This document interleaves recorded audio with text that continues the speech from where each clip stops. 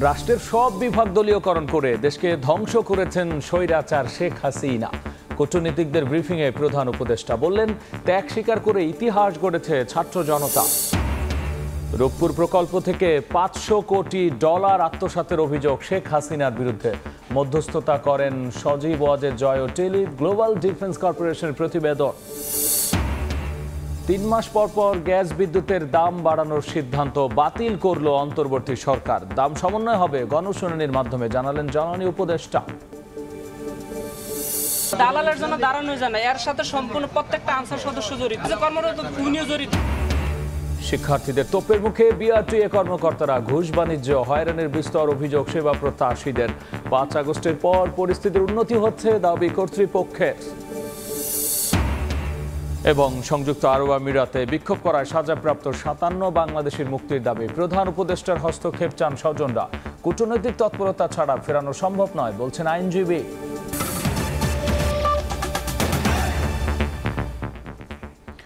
কেন্দ্রীয় শহীদ মিনারে বৈষম্য বিরোধী ছাত্র আন্দোলনে গুলিতে নিহত মোহাম্মদ রিয়াজ ও ইমনের জানাজা হয়েছে। অশ্রু সজল চোখে জানাজায় অংশ নেন অসংখ্য মানুষ। পরে সমন্বয়করা বলেন, যারা শিক্ষার্থীদের গুলি চালিয়ে হত্যা করেছে, মানবতা বিরোধী অপরাধ হিসেবে তাদের সর্বোচ্চ সাজা নিশ্চিত করা হবে। শহীদ পরিবারের দায়িত্ব বর্তমান সরকার নেবে বলে জানান ক্রীড়া উপদেষ্টা আসিফ মাহমুদ।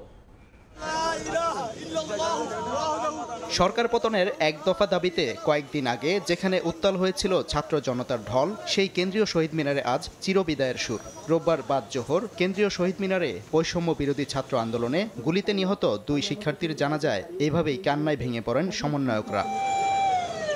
এর আগে ঢাকা মেডিকেল কলেজ হাসপাতাল থেকে চিকিৎসাধীন অবস্থায় নিহত শিক্ষার্থী মোহাম্মদ রিয়াজ ও ইমনের মরদেহ আনা হয় কেন্দ্রীয় শহীদ মিনারে। জানাজার আগে সংক্ষিপ্ত বক্তব্যে আন্দোলনের সমন্বয়ক ও অন্তর্বর্তীকালীন সরকারের যুব ও ক্রীড়া বিষয়ক উপদেষ্টা আসিফ মাহমুদ বলেন, যারা শিক্ষার্থীদের গুলি করে হত্যা করেছে, মানবতা বিরোধী অপরাধ হিসাবে তাদের বিচার করা হবে। দীর্ঘমেয়াদে তাদের পরিবারের দায়িত্ব সরকার নেবে এবং যারা আহত আছেন তাদের বর্তমান এবং ভবিষ্যৎ সকল ধরনের চিকিৎসার দায়িত্ব ইতিমধ্যেই সরকার নিয়েছে। যারা আমাদের ভাইদেরকে শহীদ করেছে, নির্বিচারে গুলি চালিয়েছে, মানবতা বিরোধী অপরাধে তাদেরকে সর্বোচ্চ শাস্তির আওতায় নিয়ে আসা হবে। আমরা আমাদের জায়গা থেকে সর্বোচ্চ চেষ্টা করব যে ভাই হয়ে, সন্তান হয়ে আপনাদের পাশে থাকতে।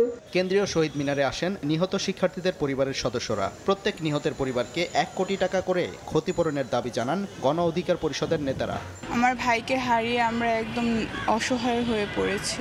আমার মেয়ের এবং আমার ভরণ পোষণ আমার ছেলেই করতো। আমি চাই আপনারা এই বিষয়ে আমাকে একটু তাকিয়ে দেখেন, আর যারা আমার ছেলেকে নির্মমভাবে হত্যা করেছে তাদের আমি বিচার চাই। কেউ চিকিৎসা পাচ্ছে, কেউ সহযোগিতা পাচ্ছে, কেউ কিন্তু পাচ্ছে না। অনতিবিলম্বে নিহতদের তালিকা করে তাদের পরিবারকে ন্যূনতম $1 কোটি করে আর্থিক সহযোগিতা, আহতদের চিকিৎসা প্রদান। গত 4 আগস্ট বৈষম্য বিরোধী ছাত্র আন্দোলনে টাঙ্গাইলে ইমন এবং ঢাকার সায়েন্স ল্যাবে মোহাম্মদ রিয়াজ গুলিতে আহত হন। ঢাকা মেডিকেলে চিকিৎসাধীন অবস্থায় মৃত্যু হয় এই 2 শিক্ষার্থীর। সাদিকুর রহমান, সময় সংবাদ, ঢাকা। গত 4 আগস্ট ছাত্র আন্দোলনের সময় গুলিতে নিহত হন রাজধানীর শান্তিনগরে হাবিবুল্লাহ বাহার কলেজের শিক্ষার্থী আব্দুল্লাহ সিদ্দিক। তার স্মরণে কলেজে নাম ফলক উন্মোচন করেন তার বাবা মা। এ সময় যাদের আত্মত্যাগে এই নতুন বাংলাদেশ, তাদের রাষ্ট্রীয় মর্যাদা চান কলেজের শিক্ষক শিক্ষার্থীরা। বাসার থেকে চলে গেছে, 3টা বাজে খবর পাইছি আমার ছেলে আব্দুল্লাহ হাতে নাকি পায়ে গুলি খাচ্ছে। সন্তান হারানোর বেদনা নিয়ে ক্যাম্পাসে মা। ছাত্র আন্দোলনে গিয়ে আর মায়ের কোলে ফেরা হয়নি আব্দুল্লাহ সিদ্দিকের। সেই কষ্ট বুকে চেপে নিয়ে দিন কাটছে মায়ের। শহীদ মিনার যা দেখে আমার ছেলের ভেতরে পড়ে রয়েছে মাটিতে। আপনার ছেলের চেহারা দেখেন, আমার ছেলের পা দেখেছি, যে আমার ছেলে এইটা, আমার ছেলের পাও দেখছি, পাওয়া ধরে বললাম এটা আমার ছেলে, এটা আমার ছেলে। রোববার দুপুরে শান্তিনগরে হাবিবুল্লাহ বাহার কলেজে আব্দুল্লাহ সিদ্দিক সহ আন্দোলনে নিহতদের স্মরণে দোয়া মাহফিল ও আলোচনা সভায় অংশ নেয় শিক্ষার্থী ও শিক্ষকরা। এ সময় আব্দুল্লাহর নামে ভবনের নাম ফলক উন্মোচন করেন তার বাবা। আমি খুব গর্বিত, আমি নিজ হাতে মাটি দিছি। আমি একটা পাষণ্ড আমি সহ্য করতে পারতেছি না এখনো, যে আমার ছেলের লাশের জন্য আমি কবরে নামবো। 20 টাকা চেয়েছিলাম অনেক দিন, কিন্তু আমাকে দেয় নাই, বলছে যে টাকা পানিতে দিচ্ছে। দেশের জন্য যত ত্যাগ করতে পারছে, এটাই অনেক যথেষ্ট। প্রতিটি জায়গা থেকে বৈষম্য দূর করা সহ নিহতদের রাষ্ট্রীয় মর্যাদা দেওয়ার দাবি জানানো হয়। স্মরণ সভায় আব্দুল্লাহ সিদ্দিকের বাবা মাকে সম্মানসূচক জাতীয় পতাকা এবং সম্মাননা স্মারক তুলে দেওয়া হয়। গেল 4 আগস্ট আন্দোলনের সময় জিগাতলায় গুলিতে প্রাণ হারান হাবিবুল্লাহ বাহার কলেজের মার্কেটিং বিভাগের শিক্ষার্থী আব্দুল্লাহ সিদ্দিক। এদিকে বিএফ শাহিন কলেজের শিক্ষার্থীরা তাদের সহপাঠী শফিকুদ্দিন আহমেদ আহনাফের স্মরণে তার জায়গাটি ফাঁকা রেখেই পরীক্ষায় অংশগ্রহণ করেন। আহনাফও একই দিনে মিরপুর 10-এ গুলিতে নিহত হন। আল আমিন তুষার, সময় সংবাদ, ঢাকা। ছাত্র আন্দোলনে রংপুরে গুলিতে নিহত শিক্ষার্থী আবু সাঈদ ও আবু তাহিরি সহ 3টি হত্যার ঘটনায় আলাদা মামলা হয়েছে। এর মধ্যে সরাসরি গুলি করা এএসআই সহ 17 জনের বিরুদ্ধে হয়েছে মামলা, আর এই মামলা করেছেন আবু সাঈদের ভাই। আরেক শিক্ষার্থী আবু তাহিরি হত্যা মামলায় সাবেক প্রধানমন্ত্রী শেখ হাসিনা সহ আসামি করা হয়েছে সাবেক কয়েকজন মন্ত্রী ও পুলিশের ঊর্ধ্বতন কর্মকর্তা সহ 41 জনকে। Rangpur range DIG, metropolitan police commissioner সহ 17 জনকে আসামি করে তাজহাট মেট্রোপলিটন আমলি আদালতে একটি হত্যা মামলা দায়ের করেন। 17 জনের বিরুদ্ধে মামলা এজাহার সুনির্দিষ্টভাবে দায়ের করা হয়েছে এবং অজ্ঞাতনামা আছে 130 থেকে 135 জন, এবং যে অভিযোগ আমরা করছি দা পেনাল কোড 1860 302, 201, 149, 34 ধারায়। ছাত্র আন্দোলনে নিহত শিক্ষার্থী আব্দুল আল তাহির নিহতের ঘটনায় শেখ হাসিনা, ওবায়দুল কাদের সহ 40 জনের বিরুদ্ধে হত্যা মামলা দায়ের করা হয়। আমরা আশা করছি যে এই আদেশ পাওয়ার পরেই থানা কর্তৃপক্ষ এই যে এজাহার নামী 41 জন আসামি তাদেরকে দ্রুত গ্রেপ্তার করে আইনের আওতায় নিয়ে আসে। এছাড়াও গত 19 জুলাই সহিংসতায় নিহত ফল বিক্রেতা মেরাজুল ইসলাম নিহতের ঘটনায় 21 জনকে আসামি করে তাজহাট মেট্রোপলিটন আমলি আদালতে আরও একটি হত্যা মামলা দায়ের করা হয়েছে। নাজমুল ইসলাম নিশাত, সময় সংবাদ, রংপুর। 2013 সালে শাপলা চত্বরে হেফাজতে ইসলামের জমায়েতে হামলায় গণহত্যার দায়ে সাবেক প্রধানমন্ত্রী শেখ হাসিনা সহ 34 জনের বিরুদ্ধে মামলা হয়েছে। মামলা অজ্ঞাত আরও 300 জনকে আসামিও করা হয়েছে। সকালে সিএমএম কোর্টে মামলাটির আবেদন করেন বাংলাদেশ পিপলস পার্টির চেয়ারম্যান বাবুল সর্দার। যুবলীগ, ছাত্রলীগ এবং পুলিশ র্যাব মিলিয়ে চারদিক ইত্তেফাক দডিং বাংলা ফকরিয়াপুলের মোড় থেকে আক্রমণ করে পাখির মতো গুলি করে মানুষকে মেরেছে।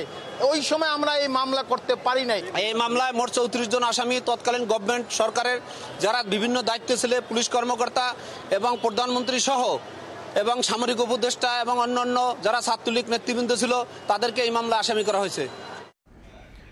রায় জালিয়াতির অভিযোগে সাবেক প্রধান বিচারপতি এবিএম খায়রুল হকের বিরুদ্ধে রাজধানীর শাহবাগ থানায় মামলা করা হয়েছে।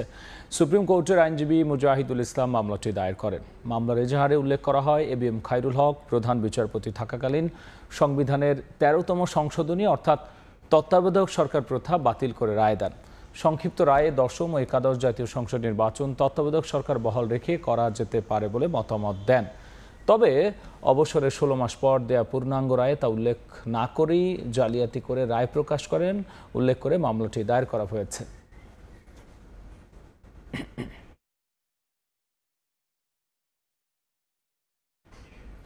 দেশের সবচেয়ে বড় প্রকল্প রূপপুর পরমাণু বিদ্যুৎ কেন্দ্রের নির্মাণে বড় ধরনের অর্থ আত্মসাতের অভিযোগ উঠেছে সাবেক প্রধানমন্ত্রী শেখ হাসিনা ও তার পরিবারের বিরুদ্ধে।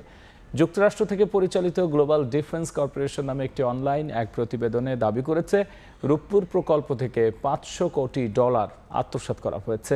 আর এর মধ্যস্থতায় ছিলেন হাসিনা পুত্র জয় এবং শেখ রেহানার মেয়ে টিউলিপ সিদ্দিক। আওয়ামী লীগ সরকারের পতনের পর শেখ হাসিনার দুর্নীতি নিয়ে অন্যান্য খাতের মতো রূপপুর প্রকল্পটি ঘিরেও বড় আলোচনার জন্ম দিয়েছে যুক্তরাষ্ট্র ভিত্তিক সামরিক ও প্রতিরক্ষা খাতে দুর্নীতির অনুসন্ধান করা গ্লোবাল ডিফেন্স কর্পোরেশন নামে একটি প্রতিষ্ঠান। তাদের অনলাইনে প্রকাশিত প্রতিবেদনে বাংলাদেশে পরমাণু বিদ্যুৎ প্রকল্পে অর্থ আত্মসাতের তথ্য তুলে ধরা হয়। অনুসন্ধানী ওই প্রতিবেদনে বলা হয়েছে, রাশিয়ার সহযোগিতায় বিদ্যুৎ কেন্দ্রটি নির্মাণে খরচ ধরা হয় $1265 কোটি, যে ব্যয়কে অতিরঞ্জিত বলে সমালোচনা ছিল বিভিন্ন মহলের। শেখ রেহানার মেয়ে ব্রিটিশ এমপি টিউলিপ সিদ্দিক মালয়েশিয়ার একটি ব্যাংকের মাধ্যমে এই প্রকল্প থেকে $500 কোটি আত্মসাৎ করে বলে প্রতিবেদনটিতে উঠে এসেছে, যাতে দাবি করা হয় প্ল্যান্ট নির্মাণে সহায়তা করা রুশ প্রতিষ্ঠানও এর সঙ্গে জড়িত। টিউলিপ সিদ্দিকের মধ্যস্থতায় রাশিয়ার সঙ্গে রূপপুরের এই চুক্তি করেন তৎকালীন প্রধানমন্ত্রী শেখ হাসিনা। আর এ মধ্যস্থতার বিনিময়ে পাচার করাও অর্থের ভাগ যায় ভাগ্নি টিউলিপ সিদ্দিক, শেখ হাসিনার ছেলে সজীব ওয়াজেদ, ছোট বোন শেখ রেহানা ও পরিবারের কয়েকজন সদস্যের কাছে। এমনটাই উল্লেখ করা হয়েছে গ্লোবাল ডিফেন্স কর্পোরেশনের প্রতিবেদনে। নির্মাণাধীন এই প্রকল্পটির 90% অর্থায়ন হচ্ছে রাশিয়ার ঋণে, আর বাকি 10% যোগান দিচ্ছে সরকার। 1200 মেগাওয়াট করে 2টি ইউনিট থেকে এখানে উৎপাদিত হওয়ার কথা 2400 মেগাওয়াট বিদ্যুৎ, যার প্রথম ইউনিটটি চালু হওয়ার কথা চলতি বছরেই। নিবিড় সাহা, সময় সংবাদ, ঢাকা। রাষ্ট্রের সব বিভাগ দলীয়করণ করে স্বৈরাচার শেখ হাসিনা দেশকে ধ্বংস করেছেন বলে জানিয়েছেন অন্তর্বর্তী সরকারের প্রধান উপদেষ্টা ডক্টর মোহাম্মদ ইউনূস। পুরো ব্যবস্থা সংস্কার করে তাই দেশকে এগিয়ে নিতে কূটনীতিকদের সহযোগিতা চেয়েছেন তিনি। দুপুরে রাজধানীর একটি হোটেলে কূটনীতিকদের সঙ্গে বৈঠকে জুলাইয়ে হত্যাকাণ্ডের বিচারে সরকার সব পদক্ষেপ নেবে বলেও জানিয়েছেন ডক্টর ইউনূস। 2009 সাল থেকে টানা ক্ষমতায় থাকার পর ছাত্র জনতার অভ্যুত্থানে 5 আগস্ট মসনদ ছেড়ে পালিয়েছেন সাবেক প্রধানমন্ত্রী শেখ হাসিনা। নতুন করে বাংলাদেশ গড়ার প্রত্যয় নিয়ে 8 আগস্ট দায়িত্ব নেন অন্তর্বর্তীকালীন সরকারের প্রধান উপদেষ্টা ডক্টর মোহাম্মদ ইউনূস। রোববার রাজধানীর একটি হোটেলে বিভিন্ন দেশের কূটনীতিক ও মিশন প্রধানদের সঙ্গে বৈঠক করেন ডক্টর ইউনূস। শুরুতেই শ্রদ্ধা জানান সরকার পতন আন্দোলনে যারা শহীদ হয়েছেন, তুলে ধরেন ছাত্র আন্দোলনে দমন পীড়নের চিত্র। বলেন হত্যাকাণ্ডের বিচারে সরকার সব রকম পদক্ষেপ নেবে।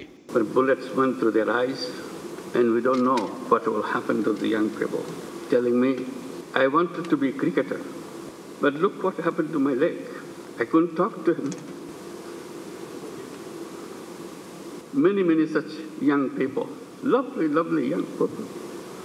নতুন বাংলাদেশ তৈরিতে সবাইকে পাশে থাকার আহ্বান জানিয়ে সরকার প্রধান বলেন ক্ষমতা চিরস্থায়ী করতে রাষ্ট্রের সব প্রতিষ্ঠান দলীয়করণ, অনিয়ম, দুর্নীতি করে ধ্বংস করেছে শেখ হাসিনা সরকার। একটি অবাধ, সুষ্ঠু, অংশগ্রহণমূলক নির্বাচনের পরিবেশ সৃষ্টি করতে রাষ্ট্রীয় সংস্কার করা হবে।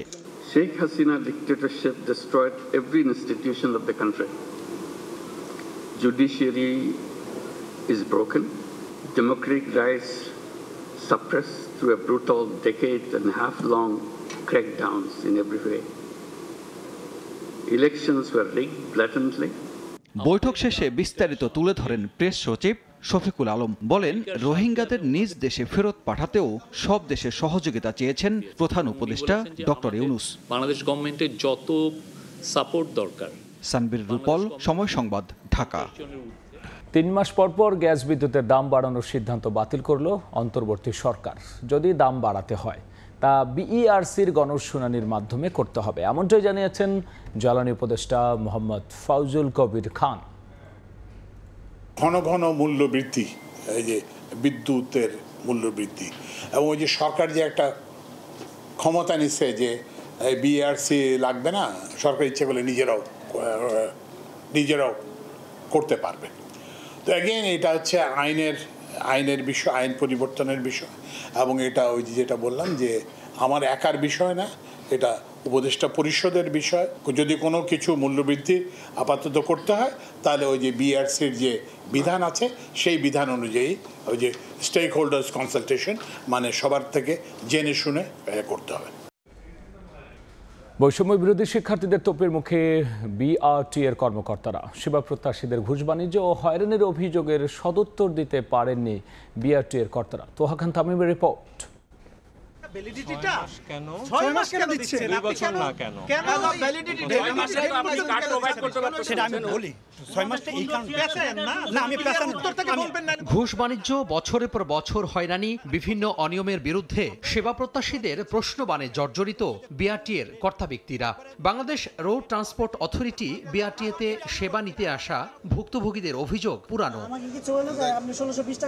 এই যেমন ময়মনসিংহ থেকে আসা এই গাড়ি ব্যবসায়ী 2021 সালে তার আয়ের একমাত্র সম্বল প্রাইভেট কারের ইঞ্জিন পরিবর্তনে আবেদন করলে শুধু সিল মেরে তারিখ দিয়ে পিছিয়ে দেয় কর্তৃপক্ষ।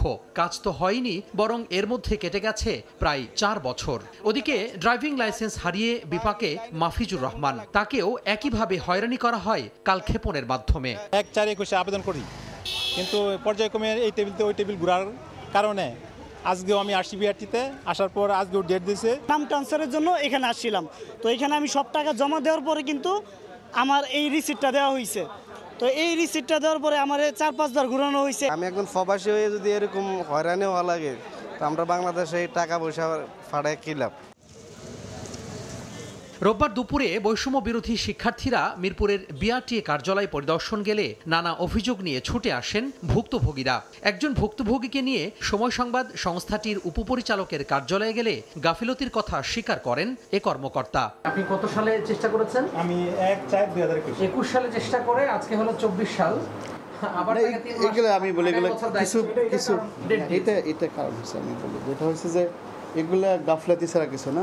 শিক্ষার্থীরা নির্দিষ্ট কয়েকটি কক্ষের অনিয়ম তাকে জানালে একজন কর্মকর্তাকে দায়িত্ব দেন দেখভালের জন্য।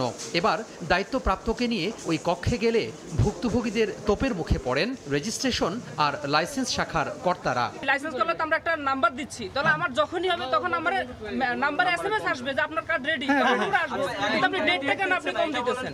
ডেটটা কেন কম দিতেছেন? আমাদের ম্যানেজমেন্ট যেখান থেকে আমাদের ইনস্ট্রাকশন দেওয়া আছে, ইনস্ট্রাকশন আমাদের হেড অফিস থেকে আমাদের সেটা আমরা না, আমরা সেটা বলা আছে যে স্যারের কাছ থেকে বলা আছে। সেটা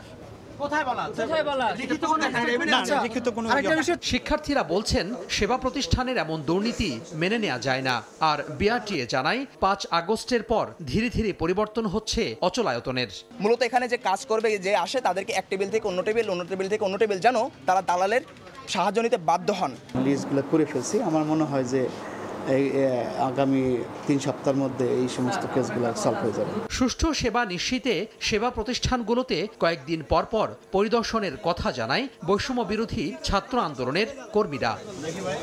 তোহা খান তামিম, সময় সংবাদ, ঢাকা। বন্ধ থাকা মেট্রো রেল 7 দিনের মধ্যে চালু হবে বলে জানিয়েছেন সড়ক পরিবহন ও সেতু মন্ত্রণালয়ের উপদেষ্টা ডক্টর মোহাম্মদ ফাউজুল কবির খান।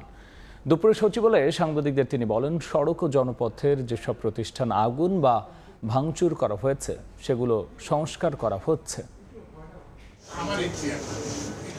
অন্তর্বর্তীকালীন সরকারের সড়ক পরিবহন ও সেতু মন্ত্রণালয়ের উপদেষ্টা হিসেবে দায়িত্ব পাওয়ার পর রোববার প্রথম সড়ক পরিবহন ও মহাসড়ক বিভাগের কর্মকর্তাদের সঙ্গে মত বিনিময় করেন উপদেষ্টা মোহাম্মদ ফাউজুল কবির খান। এ সময় এই বিভাগের বিভিন্ন অনিয়ম ও অসঙ্গতির কথা তুলে ধরে এসব নিরসনে ব্যবস্থা নেওয়ার কথা বলেন তিনি। ব্যয় সংকোচন, কেনাকাটায় স্বচ্ছতা আনা, সড়কে শৃঙ্খলা ফেরানো সহ নানা প্রসঙ্গ উঠে আসে আলোচনায়। এ সময় গাড়ি চালকদের লাইসেন্স নিতে বারবার বিআরটিএতে যাওয়া সহ নানা অনিয়ম নিয়ে ক্ষুব্ধ প্রতিক্রিয়া জানান তিনি। কয়টা লাইসেন্সের আবেদন কতদিনের মধ্যে নিষ্পত্তি হয়েছে, নির্ধারিত তারিখের মধ্যে হয়েছে কিনা এসব যথাসময়ে জানানোর নির্দেশনা দেন সড়ক ও সেতু উপদেষ্টা। আমার ড্রাইভার একটা লাইসেন্স নিতে 7 বার ছুটি নেয়, 7 বার কেন ছুটি দিবে? কয়টা লাইসেন্সের অ্যাপ্লিকেশন পাইছেন এবং ডিসপোজাল কয়দিনের মধ্যে হচ্ছেন, আমরা সেটা দেখব। আপনি ড্রাইভিং লাইসেন্স চাইলেই যে আপনি ড্রাইভিং লাইসেন্স দিবেন তা তো না। আপনি বলে যে না, আপনি ইউ আর নট কোয়ালিফাইড। পরিবহন খাতে চাঁদাবাজির সঙ্গে জড়িত থাকলে তাৎক্ষণিকভাবে ব্যবস্থা নেওয়ার কথা বলেন তিনি। চাঁদাবাজির কথা বলেন, এই চাঁদা তো এক জায়গায় কালেক্ট হয়, কিন্তু এটা যায় কোথায়? যদি সড়ক পরিবহনের কোনো দফতর কিংবা সড়ক পরিবহন সংক্রান্ত কোনো ব্যক্তি যদি এটার সঙ্গে জড়িত থাকে, আমাদের দেখুন আমরা তাৎক্ষণিক ব্যবস্থা নেব। অগ্নিসংযোগ বা ভাঙচুর হওয়া স্থানে সংস্কার চলছে জানিয়ে এক প্রশ্নের জবাবে বলেন, 1 সপ্তাহের মধ্যেই মেট্রো রেল চালুর চেষ্টা চলছে। লাইনগুলো একটু চেক করতে তো 2-3 দিন 4 দিন সময় লাগবে। এটা 7 দিনের মধ্যে আমরা চালু করার চেষ্টা করব এবং আমি এবং সচিব আমরা নিজেরা যে আপনাদেরকেও আমরা আমন্ত্রণ জানাবো, আমরা এটা ইনশাআল্লাহ চালু করব। কোনোভাবেই উদ্দেশ্যমূলকভাবে কোনো রিপোর্ট না দিতে কর্মকর্তাদের সতর্ক করেন ফাউজুল কবির খান। প্রসূন আশিস, সময় সংবাদ, ঢাকা। সংযুক্ত আরব আমিরাতে বিক্ষোভ করায় সাজাপ্রাপ্ত 57 বাংলাদেশি মুক্তির দাবিতে দাঁড়ে দাঁড়িয়ে ঘুরছেন স্বজনেরা। অন্তর্বর্তী সরকারের প্রধান উপদেষ্টার হস্তক্ষেপ চেয়েছেন তারা। বাবার ছবি ধরে অঝরে কাঁদছে শিশুটি। তার বাবা কোটা সংস্কার আন্দোলনে সংহতি জানিয়ে বিক্ষোভ করার পর দুবাইতে এখন জেলে। বাচ্চারা প্রতিদিন ওনার বাবাকে খুঁজে কান্না করে, প্রতিদিন আমার স্বামীকে ওনারা কোথায় নিয়ে রাখছেন। মেয়ে জামাইয়ের জন্য হাউমাউ করে কাঁদলেন শ্বশুরও। মৃত্যুর সাথে বাচ্চা লড়তেছে। আমি আজকে 1 মাস আমার ফ্যামিলিতে মরার মতো কেউ কোথায় কি অবস্থা আছে আমি জানি না। কোটা সংস্কার আন্দোলনে সংহতি জানিয়ে অন্য দেশের মতো বিক্ষোভ হয় সংযুক্ত আরব আমিরাতে। দেশটিতে বিক্ষোভ সমাবেশ নিষিদ্ধ হওয়ায় যাবজ্জীবন সহ বিভিন্ন মেয়াদে সাজা হয় 57 বাংলাদেশের। ডাক্তার ইউনূস খুব ভালো মানুষ, উনি সারা বিশ্বে উনাকে চিনে। আমি ওনার কাছে আর্য করি, ক্ষমা চাচ্ছি। উনার একটা টেলিফোনে আমাদের এই বাংলাদেশে ইনশাল্লাহ আল্লাহর রহমতে আমরা ওই ছেলেমেয়েকে আবার ফিরে পাবো। আইনজীবীরা বলছেন শুধু দুবাইয়ের 57 জনই নয়, মধ্যপ্রাচ্যের কয়েকটি দেশে আটকে আছে অনেক বাংলাদেশি। এজন্য দরকার কূটনৈতিক প্রচেষ্টা। দুবাই যিনি consul general BM Jamal Hossain, উনি কিন্তু সবচেয়ে দায়ী ব্যক্তি, যিনি এই 57 ব্যক্তির কনভিকশনের জন্য দায়ী। কোনো ধরনের লিগ্যাল সাপোর্ট দেন নাই। এই বিষয়টা ডিপ্লোম্যাটিক ওয়েতে আমাদের সমাধান ছাড়া অন্য কোনো উপায় নেই। যদিও এরই মধ্যে সাজাপ্রাপ্ত 57 বাংলাদেশিকে মুক্ত করতে একজন আইনজীবী নিয়োগ দিয়েছে অন্তর্বর্তীকালীন সরকার। রায়ের বিরুদ্ধে আপিল করতে হলে দরকার অন্তত 57 লাখ টাকা। আফজার হোসেন, সময় সংবাদ, ঢাকা। এক মাসের অচল অবস্থা কাটিয়ে স্কুল কলেজ বিশ্ববিদ্যালয় খুললেও পুরো দমে চালু হয়নি শিক্ষা কার্যক্রম। সহপাঠী হারানোর যন্ত্রণা নিয়ে স্কুলে আসা ছাত্রছাত্রীদের মুখে এখনও হত্যার বিচারের দাবি। পাঠাগার বন্ধ ছিল মাঝে 1 মাস, তবে বাড়িতে অলস বসে নয়, বুলেটের মুখোমুখি হয়ে রাস্তায় থেকে উপহার দিয়েছে নতুন এক দেশ। হারাতে হয়েছে সহপাঠীকে। ঢাকা রেসিডেন্সিয়াল মডেল কলেজের শিক্ষার্থীদের মধ্যে ক্লাসে ফেরার আনন্দ ফিকে হয়ে যাচ্ছিল শহীদ ফারহান ফাইয়াজকে হারানোর স্মৃতির কাছে। ফারহান ফাইয়াজ ভাই নামে একজন মারা গেছে, আমরা ওই ভাইয়ের মৃত্যুর জন্য বিচার চাই। প্রায় 1 মাস হয়ে গেছে, এরপরও আমরা তার শোকটা আমরা ওইভাবে কাটিয়ে উঠতে পারছি না। 30 দিনের বিরতি শেষে শিক্ষা প্রতিষ্ঠানে ফেরার চিত্র ছিল মিশ্র। নতুন শুরুর প্রত্যাশায় কিছু শিক্ষা প্রতিষ্ঠানে ছিল শিক্ষার্থীর ঢল। এখনো নার্ভাস লাগতেছে, নিউ লাইফ কেমন যাবে। উদ্দীপনা, নতুন ড্রেস এবং নতুন কলেজের আসার প্রত্যয় নিয়ে আসার আগ্রহ নিয়ে তাদের উপস্থিতির সংখ্যা আমরা 100% ধরে নিচ্ছি। আবার কিছু শিক্ষা প্রতিষ্ঠানে এখনও জ্বলছে প্রতিবাদের আগুন। আন্দোলনে যোগ দেয় উদয়ন উচ্চ মাধ্যমিক বিদ্যালয়ের শিক্ষার্থীদের নানা হুমকি ধামকি দেয় অধ্যক্ষ সহ 3 শিক্ষক, যাদের পদত্যাগের দাবিতে এখনও ক্লাসে ফিরছেন না শিক্ষার্থীরা। উক্ত 3 জন শিক্ষকদের পদত্যাগ পত্র আমরা যতদিন না হাতে পাচ্ছি, আমরা উদয়নকে সচল ঘোষণা করতে পারছি না। যেখান থেকে আন্দোলনের সূত্রপাত, সেই ঢাকা বিশ্ববিদ্যালয় এখন ক্লান্ত। সরকারি ঘোষণা আসলেও একাডেমিক কার্যক্রম শুরু হয়নি বিশ্ববিদ্যালয়ে। দলীয় রাজনীতি যেটা আছে, লেজুর ভিত্তিক রাজনীতি, এইটা আমরা নির্মূল চাই। তো আমরা রাজনীতিমুক্ত ক্যাম্পাস চাচ্ছি, এখানে শিক্ষক ছাত্র কারোই থাকা উচিত না। স্বৈরাচারের গুলিতে বন্ধু বান্ধব সহপাঠী হারানোর শোক এখনও বইছে বেশিরভাগ শিক্ষা প্রতিষ্ঠানে। ফলে শিক্ষার পরিবেশ স্বাভাবিক হতে কয়েক সপ্তাহ সময় লাগবে বলে মনে করছেন শিক্ষার্থীরা। তাজওয়ার মাহমিদ, সময় সংবাদ, ঢাকা। সাংবাদিক দম্পতি সাগরুডি হত্যা মামলার প্রহসন বন্ধে মন্ত্রণালয় কাজ করবে বলে জানিয়েছেন তথ্য সম্প্রচার উপদেষ্টা নাহিদ ইসলাম। সকালে সচিবালয়ে সাংবাদিকদের তিনি একথা বলেন। দায়িত্বের ভার বাড়ার পর রোববার সপ্তাহের প্রথম কর্মদিবসে প্রথমবারের মতো তথ্য ও সম্প্রচার মন্ত্রণালয়ে উপদেষ্টা নাহিদ ইসলাম কর্মকর্তাদের সঙ্গে মতবিনিময় আর গণমাধ্যমের মুখোমুখি হওয়ার শুরুতে সাম্প্রতিক গণ আন্দোলনে নিহতদের স্মরণে নীরবতা পালন করা হয়। এতদিন ধরে স্বাধীন গণমাধ্যমের অন্তরায় হিসেবে আলোচনায় ছিল যেসব আইন ও ধারা তথ্য ও সম্প্রচার মন্ত্রণালয়ের নতুন উপদেষ্টার কথাই উঠে আসে সেসব বিষয় জানান। দলাদলি বাদ দিয়ে গণমাধ্যমের নিরপেক্ষতা নিশ্চিত, নিবর্তনমূলক আইনের সংস্কার, স্বাধীন গণমাধ্যম কমিশন গঠনে উদ্যোগী হবে নতুন সরকার। আমরা যদি গণতন্ত্র চাই, আমাদেরকে গণমাধ্যমের স্বাধীনতা, মানুষের বাক স্বাধীনতা নিশ্চিত করতে হবে। প্রতিষ্ঠানগুলোকে সম্পূর্ণ নিরপেক্ষভাবে আমাদেরকে দাঁড়া করাতে হবে। আমরা যে আমাদের বাংলাদেশের গণমাধ্যমের পরিস্থিতি দেখি যে এক ধরনের আওয়ামী লীগ বিএনপির মতো গণমাধ্যমে হচ্ছে এই ধরনের 2টা ভাগ থাকে। তো এই বিষয়গুলোও গণমাধ্যম কর্মী বা সাংবাদিকরা বিবেচনা করবেন, যাতে আমরা এই ধরনের রাজনৈতিক বা দলীয়করণ যাতে সাংবাদিকদের ভিতরে না দেখি, আমরা যাতে একটা নিরপেক্ষ জায়গায় জনগণের পক্ষে কথা বলতে পারি। এছাড়া আলোচিত সাগররুনি হত্যাকাণ্ডের বিচার নিশ্চিতে নতুন সরকারের অবস্থানও তুলে ধরেন তথ্য ও সম্প্রচার উপদেষ্টা। আমরা জানি এই হত্যাকাণ্ডের বিচার নিয়ে কি পরিমাণ প্রহসন করা হয়েছে, যে বারবার তার প্রতিবেদনগুলা পিছানো হয়েছে। তো এই সাগররুনি হত্যাকাণ্ড সহ এই ধরনের যে হত্যাকাণ্ডগুলো হয়েছে, সাংবাদিকদের উপর নিপীড়ন হয়েছে, এই বিষয়গুলোর তদন্ত করতে হবে এবং সরকারের জায়গা থেকে যা ভূমিকা বা মন্ত্রণালয়ের জায়গা থেকে সেই ভূমিকাগুলো আমরা অবশ্যই পালন করব। একই সঙ্গে গণ আন্দোলনে হত্যাকাণ্ড তদন্তে গণমাধ্যমের সহযোগিতা চান উপদেষ্টা। ফারুক ভিয়া, রবিন, সময় সংবাদ, ঢাকা। এতক্ষণ দেখছিলেন দেশ বিদেশের খবর।